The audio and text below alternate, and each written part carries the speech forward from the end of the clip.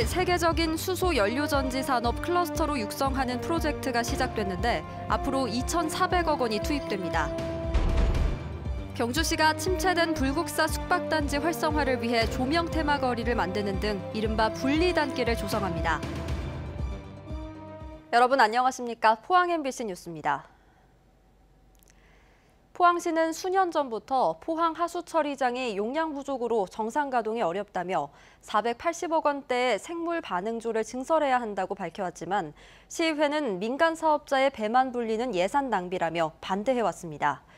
그런데 포항시가 최근 이 논란의 사업을 재차 추진하겠다는 의사를 분명히 하면서 이번에는 시민사회단체까지 가세해 고의적인 부실 가동과 포항시의 특혜 의혹을 제기하고 나섰습니다. 장성훈 기자입니다. 지난 2007년부터 미생물을 이용한 바이오색 처리 공법을 도입해 가동을 시작한 포항 하수처리장. 하지만 가동한 지 10년도 안 된 2015년부터 유기물 분해물질인 총질소의 방출량이 기준치를 초과해 6차례나 행정처분을 받았습니다. 민간 투자 사업자인 포항하수처리장 측은 겨울철 저수온으로 인해 미생물의 처리 효율이 낮아졌기 때문이라며 이를 개선하려면 480억 원 규모의 생물 반응조를 증설해야 한다고 주장했고 포항시는 이를 수용했습니다. 그러나 시의회 등은 하수처리장 관내 인구와 상수도 사용량 등을 감안하면 시설 용량 부족이란 설명은 납득하기 힘들다며 정확한 원인 규명 없이 대규모 토목 공사를 벌이는 건 사업자의 배만 불려준다며 반대했습니다. 이후 포항 지진 등으로 잠잠했던 생물 반응조 증설 논란은 최근 포항시의 사업 적격성 판단으로 재점화됐습니다. 이번에는 시민사회단체까지 가세했고 포항하수처리장이 기준치를 초과해 총질소를 방류한 건 고의적이라는 주장이 나왔습니다. 바이오색 공법에서는 미생물 농도가 관건인데 포항하수처리장의 미생물 농도는 리터당 1,600mg 수준으로 설계 기준의 절반 수준에 불과하다는 겁니다. 미생물을 1,500으로 운영했다는 자체는 이미 처리 안 된다는 것을 자기들이 알고 있었고 더 올리면 처리가 되니까 일부러 낮춰서 초과시켰습니다. 왜? 증설 사업 하기 위해서 그렇게 했습니다. 특히 2019년의 경우 미생물의 활동이 저조한 겨울철에 다른 계절보다 미생물 농도를 오히려 더 낮춘 건 명백히 고의적이라고 주장합니다. 4,200씩 이렇게 올려서 2019년도에도 그대로 처리했습니다. 우리는 1,500으로 처리했어요. 그러니까 처리가 안 되는 거죠. 이러한 모든 자료들을 제가 아는 박사님 4분에게 보냈습니다. 모든 분들이 이야기가 이거는 범죄라고 이야기했습니다. 전문가들은 포항시가 논란이 있는 생물 반응조 증설 사업만을 내세우고 있는데 이에 앞서 미생물 농도를 높이고 전체 유입 하수량을 줄이는 등의 종합적인 대책이 필요하다고 지적합니다. 미생물 농도를 높여가지고 되는지 안 되는지 확인하고 그게 안 된다면 그 다음에 이제 반응조를 이제 키우는 방향. 그냥 생물 반응조만 접수하고 나서 2차 침전이 또 안 된다. 그러면 그때는 또 어떻게 할 겁니까? 시민사회단체들도 포항시의 밀어붙이기식 행정을 비판했습니다. 의원들이 제기하는 문제도 집행부가 전혀 설명을 안 되고 있으면서 국민의 세금이 이만큼 나가는 사업을 이런 식으로 진행한다는 자체가. 포항시는 생물 반응조 증설 사업은 전국적으로도 진행 중으로 여러 공공기관의 용역 결과에 따라 필요성이 일관되게 제시됐고 고의적인 부실 가동 의혹은 사실이 아니라고 밝혔습니다. MBC 뉴스 장성훈입니다. 포항을 세계적인 수소 연료전지 산업 클러스터로 육성하는 프로젝트가 닻을 올렸습니다. 앞으로 2,400억 원을 투입해 포항 블루밸리 산단 일대에 연료전지 인증센터와 국산화 실증단지 등을 조성할 계획입니다. 이규설 기자입니다. 수소 연료전지의 핵심 부품인 스택입니다. 수소와 산소를 반응시켜 물과 전기에너지를 얻는 핵심 장치인데 포항 수소 연료전지 클러스터에선 이런 핵심 부품의 국산화를 진행하고 관련 기업을 집중 육성하게 됩니다. 이 사업을 포항에서 차질 없이 진행하기 위해 관련 기관들이 포항 테크노파크에 모여 힘을 모으기로 약속했습니다. 구체적으로 두산 퓨얼셀은 고체 산화물 연료전지 개발, 포스텍은 연료전지 연구개발 인력 육성, 포항 테크노파크는 연료전지 인증센터 운영, 한국수력원자력은 연료전지 성능 유지 및 보수 업무를 수행하게 됩니다. 실증 분야에서 많은 우리 업체들이 발전 사업에 들어올 수 있도록 해서 저희 기술을 공유하고 협력해서 구체적으로는 신재생 연료 에너지 이런 것을 확산시켜 나가는 수소 연료전지 클러스터 구축에는 내년부터 5년간 국비 1,200억 원을 포함해 모두 2,400억 원을 투입할 계획인데 포항은 지난해 12월 정부의 수소 연료전지 클러스터 실증사업 대상지로 선정돼 국비를 포함한 예산 확보는 순조롭게 진행될 것으로 예상됩니다. 포항공대가 있기 때문에 이 산업을 할 수 있다고 생각합니다. 그래서 우리에서는 인재가 있고 그다음에 자원이 있고 그다음에 직접 단지를 만들 수 있는 이러한 수소 사회로 가는 그의 첫걸음이 우리 포항에서 일어난다. 수소 연료전지 산업 클러스터는 포항 블루밸리 산업단지에 들어설 계획인데 이미 24개 업체가 입주 의사를 밝힌 것으로 확인됐습니다. 앞으로 관련된 부품 산업, 또 완성품 산업 이런 것들이 포항에서 대대적으로 일어나서 지역경제 활성화, 일자리 확충 이런 부분에도 크게 기대가 됩니다. 정부가 추진 중인 그린 뉴딜 사업의 핵심이 수소 경제 활성화이고 이 가운데 핵심 사업이 포항에서 진행 중인 수소 연료전지 클러스터 실증 사업입니다. 철강에 이어서 배터리와 수소 연료전지 산업이 포항을 이끌어갈 차세대 먹거리로 급부상하고 있습니다. MBC 뉴스 이규설입니다.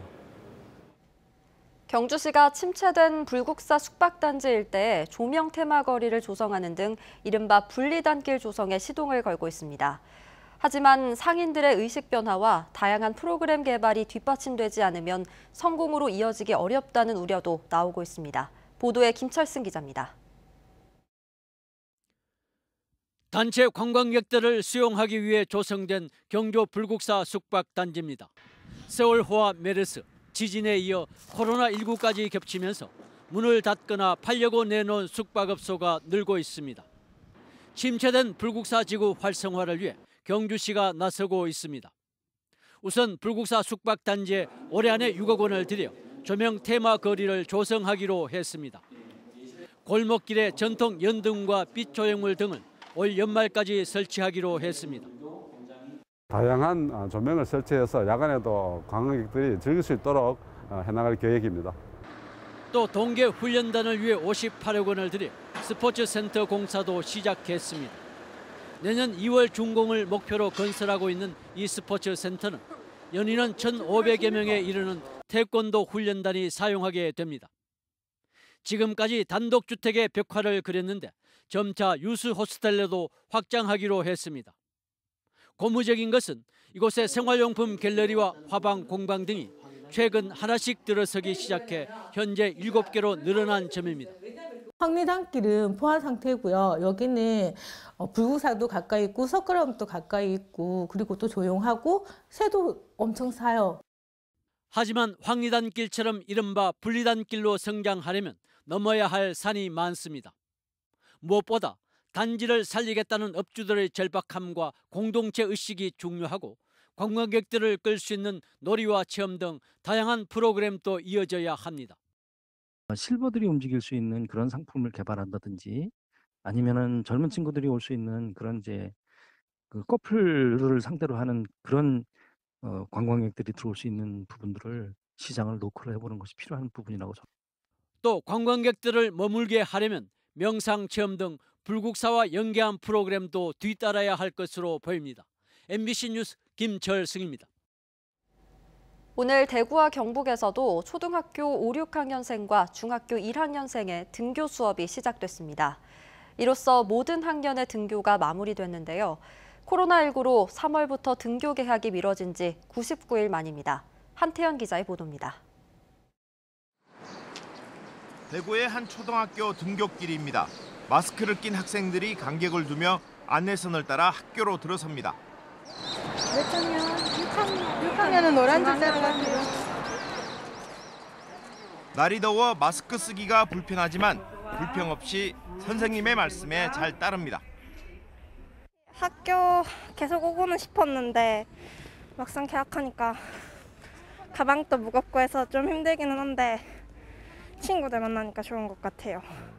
친구들이 보고 싶을 때도 있고 안 보고 싶을 때도 있고 가고 싶을 때도 있고 안 가고 싶을 때도 있고 오늘 아침에 오니까 빨리 가고 싶어요. 교실로 들어가기 전 발열 체크도 빠지지 않습니다. 코로나19로 온라인 수업을 하던 초등학교 5, 6학년생과 중학교 1학년생이 올해 첫 등교를 하는 날. 이번이 4차 등교입니다. 이로써 초중고 모든 학교 등교가 마무리됐습니다. 코로나19로 3월 등교 개학이 미뤄진 지 99일 만입니다. 전 학년이 등교하면서 학교의 긴장감도 더 높아졌습니다. 아무래도 아이들이 많고 이러다 보니까 뭐 수업 시간이나 그다음에 이제 뭐 화장실 사용, 그다음에 이제 급식이 저희는 급식실이 없거든요. 없고 교실에서 급식을 하기 때문에 다른 학교보다 사실 조금 더 신경이 쓰이는 건 맞습니다. 해당 학년 학생은 대구 6만 2천여 명, 경북 6만 4천여 명인데 격일, 격주제 등으로 대상 학생 절반만 등교했습니다. 등교 수업 중 확진자 발생 시 운영 체계라든지 매뉴얼 등을 꼼꼼하게 챙겨놨고 또 학교 현장에 다 안내를 했기 때문에 어떠한 상황이 나더라도 학교에서는 매뉴얼을 따라서 신속하게 대응할 수 있도록. 우여곡절 끝에 전학년 등교 수업이 시작됐지만 수도권을 중심으로 산발적 집단 감염이 끊이지 않고 있어 학생과 학부모의 걱정을 덜 수 있도록 철저한 관리가 필요합니다. MBC 뉴스 한태현입니다. 포항 지역 388개 어린이집이 오늘 모두 개원했습니다. 포항시는 전국 개원일보다 일주일 늦추면서 긴급 보육 모니터링단을 통해 방역과 준비 작업을 마쳤고 1억 9천만 원을 들여 비접촉식 체온계와 마스크 등의 방역 물품을 어린이집에 지원했습니다. 포항의 음식물 쓰레기를 처리해온 영산만 산업의 노조가 고용 승계를 촉구했습니다. 영산만 산업 노동조합은 포항시가 외지업체의 음식물 쓰레기를 위탁 처리해 20명이 실직했고 수거 운반직은 비정규직으로 일자리가 위태롭게 됐다고 주장했습니다. 또 노조는 음식물 쓰레기 외지 위탁 처리로 수십억 원의 시 예산을 낭비하게 됐다며 포항시와 의회에 책임이 있다고 비판했습니다. 월성원전 맥스터 추가 건설 찬반을 묻는 울산 북구 주민투표에 5만여 명이 참여하고 94.8%가 반대했습니다. 울산 북구 주민투표관리위원회에 따르면 어제까지 울산 북구 주민 중 28.8%인 5만 479명이 투표에 참여했고 이 중 94.8%인 4만 7,829명이 반대했습니다. 이번 투표는 탈핵단체와 시민단체 등이 시행해 법적 효력은 없지만 관리위원회는 주민투표 결과를 정부에 전달할 계획입니다.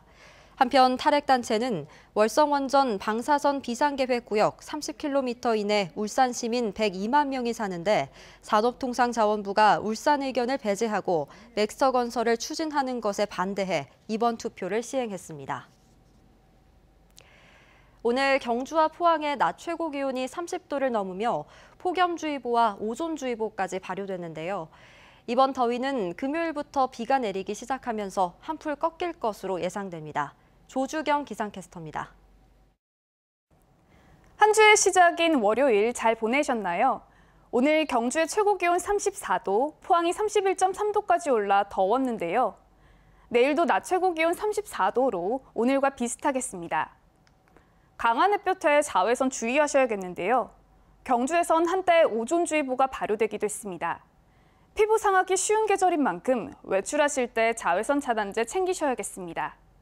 다음으로 자세한 지역별 날씨 알아보겠습니다. 내일 맑겠습니다. 울진이 28도, 포항 32도, 영덕 31도, 경주 34도로 예상됩니다.